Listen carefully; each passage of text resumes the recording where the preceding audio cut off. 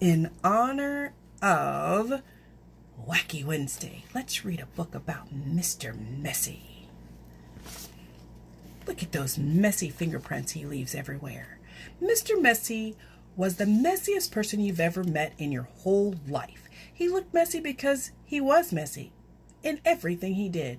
You could always tell where Mr. Messy had been because he left a trail of messy fingerprints wherever he'd been. Oh yes, Mr. Messy was messy by name and messy by nature. This is Mr. Messy's house. He lived in a particularly messy-looking house. The paint was peeling. The windows were broken. There were tiles missing from the roof. The flower beds were overgrown with weeds. The garden gate was off its hinges. And Mr. Messy hadn't cut the grass lately. He had not cut anything around his yard lately.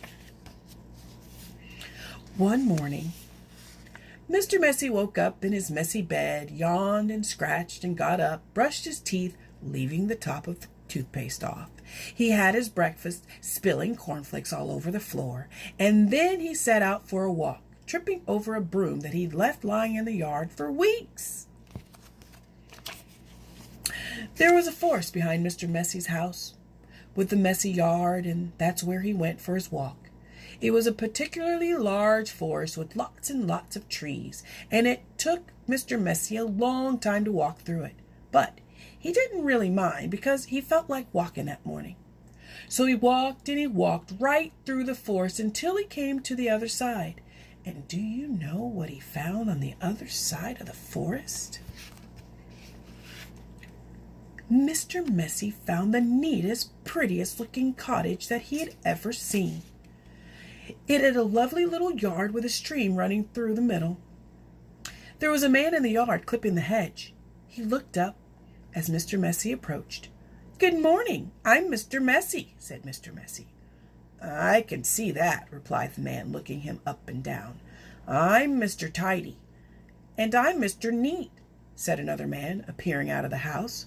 "Tidy and neat," said Mr. Tidy. "Neat and tidy." "We're in business together," explained Mr. Tidy, "and the people who own this house have asked us to do some work for them." "What sort of work?" asked Mr. Messy. "Oh, we make things nice and neat," said Mr. Neat. "Tidy things up," added Mr. Tidy. "Perhaps we could come along and do some work for you," said Mr. Neat, looking at Mr. Messy, who was looking even messier than usual that particular morning. "But I don't want things neat and tidy," said Mr. Messy, looking downright miserable at the thought of it. "Nonsense," said Mr. Tidy. "Fiddlesticks," said Mr. Neat. But, said Mr. Messy. "Come along," said Mr. Neat. "Off we go," said Mr. Tidy. But, said Mr. Messy. "But nothing," said Mr. Neat.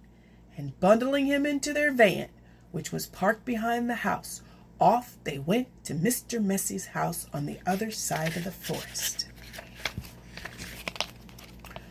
"Good heavens," said Mr. Neat when he saw where Mr. Messy lived. "Good gracious me," added Mr. Tidy. "This is the messiest house I've ever seen in my born days." They both said that together at the same time. "Better do something about it," said Mr. Neat.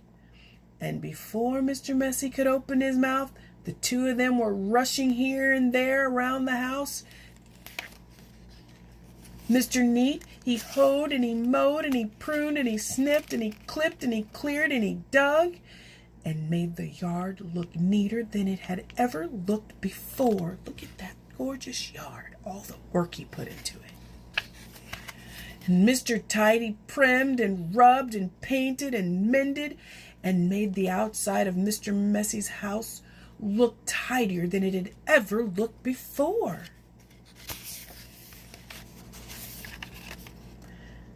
Then they both went inside the house.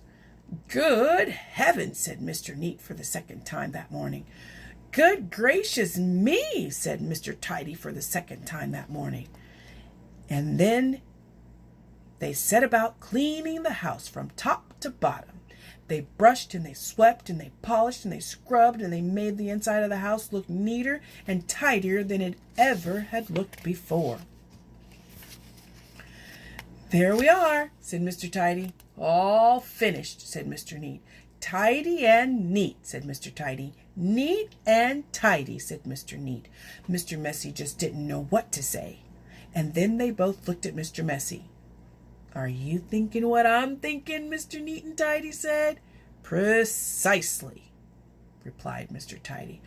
What we're both thinking," they said together to Mr. Messy, "is that you look much too messy to live in this neat and tidy house."